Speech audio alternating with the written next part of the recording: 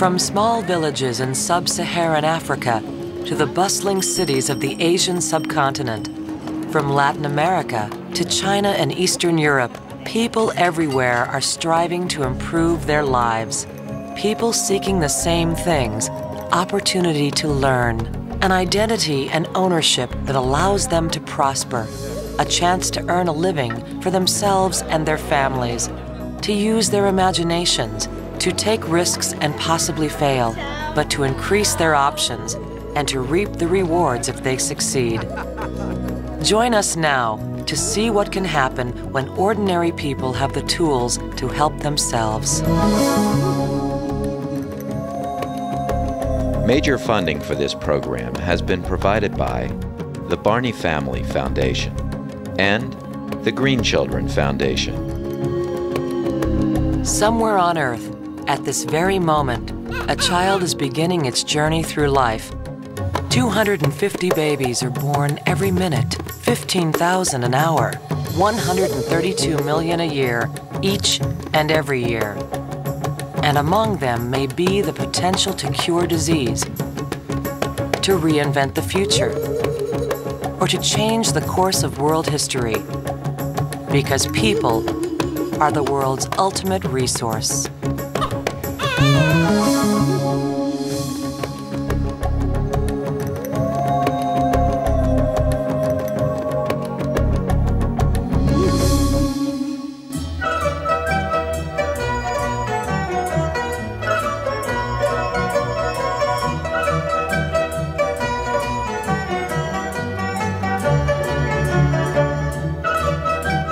In only 25 years, more than 400 million Chinese have climbed out of deep poverty, where they were living on less than $1 a day.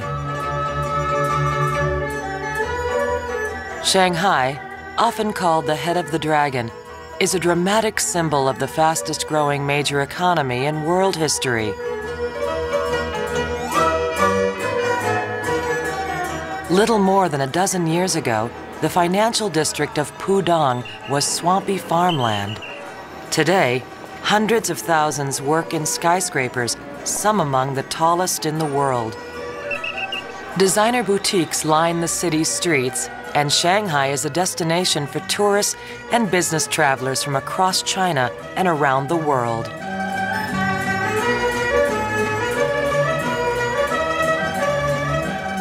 The World Bank says average real incomes in China rose 440% in just 20 years. It would seem that Communist China is using free trade to reinvent itself.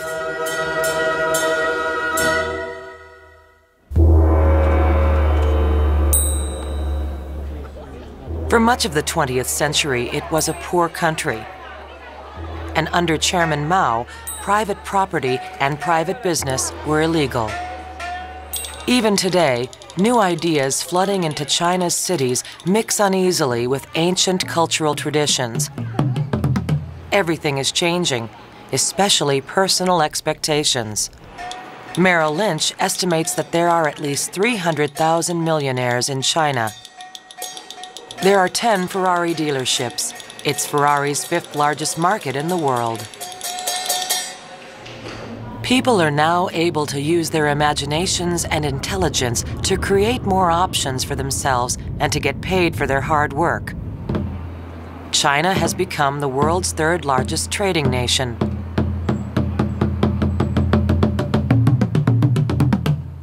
Zhang Jun is an economics professor at Fudan University.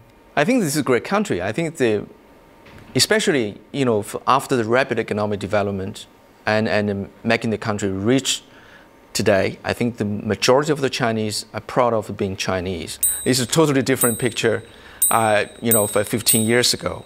So it's a big change. The Chinese government openly encourages the free market and aggressively courts foreign investment. Government development zones are springing up throughout the country. Sun Yan is the promotion director for the Suzhou Industrial Park near Shanghai. It's a partnership between China and Singapore. We provide a kind of platform-like facility and also offer low rental and to encourage them to developing faster. And if they need any people, we will help them to recruit nationwide. Young people are flocking to the wealthy eastern coastal areas in search of jobs. These managers often retreat to the nearby mountains to brainstorm new ideas. One of the top managers in the company, called Snail Game, is E.O. Zhang. His nickname is Yo-Yo. The owner of the company is Shanghai. He's 34 years old. In his search for talent, he has hired young people like Yo-Yo from across China.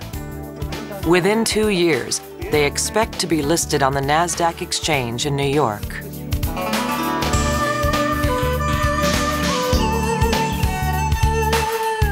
The nearby Buddhist shrine has as much attraction for Shanghai today as it did when he first visited this mountain lake park as a child. These entrepreneurs are navigating a path between China's cultural traditions and their bold new ideas. I think the free market gives the sense that, they are really the part of the economy. This is not an economy by the party, by the government. This is the economy of everyone. Yo-Yo often spends his afternoons with his camera. His photographs will soon take on a new life. The office of Snail Game is here in the Suzhou Industrial Park. Yo-Yo is the art director. Snail Game was one of China's first internet gaming companies. They believe their 3D animation engines are the best in China. Yo-Yo's ship is destined to become part of an adventure. The artists create virtual worlds complete with life and death challenges. From their imaginations, they develop every object and every character in this virtual world. The company has 120 game developers and maintains 20 sales offices across China. Because of the Chinese economy has been changed so fast, it created a lot of opportunities for the small companies to merge and to expand. Shanghai's home is more traditional than the virtual worlds he creates at Snail Game.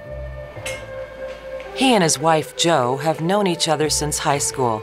They have 2 young sons. Together, they created Snail Game in 2000. Their older son is just starting school. His childhood is very different from that of his father. Shanghai's parents worked in a factory at a time when there were many shortages. Shanghai and other children often had to stand in line for food rations. 所以说，在小的时候给我们留下了一个印象，就是每样东西都是很珍惜的，都是很难得到的。我们很难想象为什么以前那些物质都那么的匮乏，而现在不同了。所以我想这就是一个经济的力量。 Shanghai represents the success of the new China. Still, much of the country lags far behind, especially in the vast rural areas. Many of the young people at Snail Game have moved from the poor countryside and cannot afford housing. They live in a dormitory financed by the company. Despite industrial problems in many parts of China, unemployment, poor working conditions, and long hours, these young entrepreneurs epitomize the explosive potential of modern China. Shanghai and Jo work hard and take risks. Both go to Snail Game every day, where Jo is the chief financial officer. The industrial park has simplified the bureaucratic process so much that a business license can be obtained in just a week or 2. This is a domestic creative business here in China, but recently they are developing well because the market demand is quite good. Their competition is international, but much of the market is in their backyard. Throughout Asia, gamers pack internet cafes to play online games. Tens of thousands play at the same time, and they can do it from anywhere in the world. Here in China, the number of people playing internet games has risen 51% in just 1 year. The gaming business is intensely competitive, At this stage of development, I think the majority of the Chinese believe that competition is a good thing, because in the past we don't really have the competition. All the industry being monopolized by the government, but now I think the competition provided more opportunities for the consumer, for everyone. Still, its people face immense challenges: pervasive corruption, deep poverty in the countryside, and an underdeveloped legal system. They also face the complex question of whether this new economic freedom will lead to political freedom.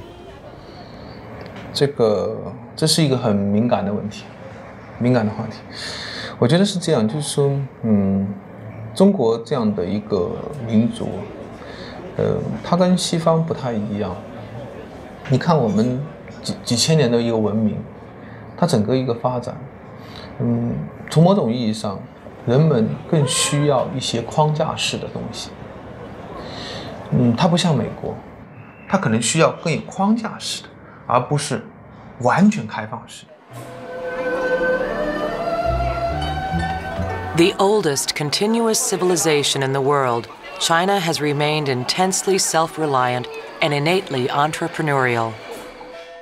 作为我们这一代人，他就像日本2战后的那一代人，他们必须为上一辈的人没有完成的或者不能完成的一些事情去努力，而且这种努力是加倍的。就好比说跑接力赛，我们这一代人他必须快跑，